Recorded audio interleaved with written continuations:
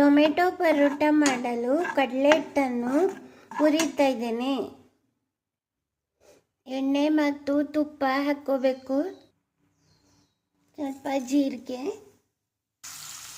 Tomato ಹಾಕಿ ನೀರೆಲ್ಲ ಆರೋ ತನಕ ಇದನ್ನು ಬಾಡಿಸ್ಕೋಬೇಕು.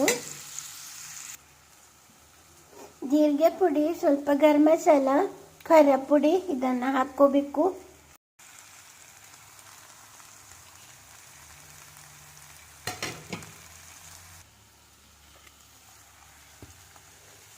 ಉಪ್ಪು, ಸಕ್ಕರೆ ಟೇಸ್ಟಿಗೆ,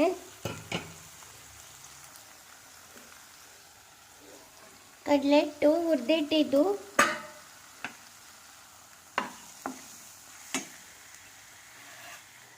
ಕೊತ್ತಂಬರಿ ಸೊಪ್ಪು.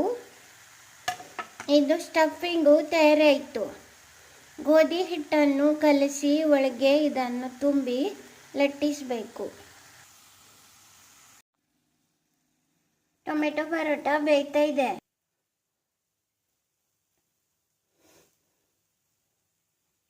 ರುಚಿಯಾದ ಟೊಮೆಟೊ ಪರೋಟ ತಯಾರಾಗಿದೆ. ಬೆಣ್ಣೆ ಮತ್ತು ಟೊಮೆಟೊ ಸಾಸ್ ಹಾಕ್ಕೊಂಡು ತಿನ್ಬೋದು.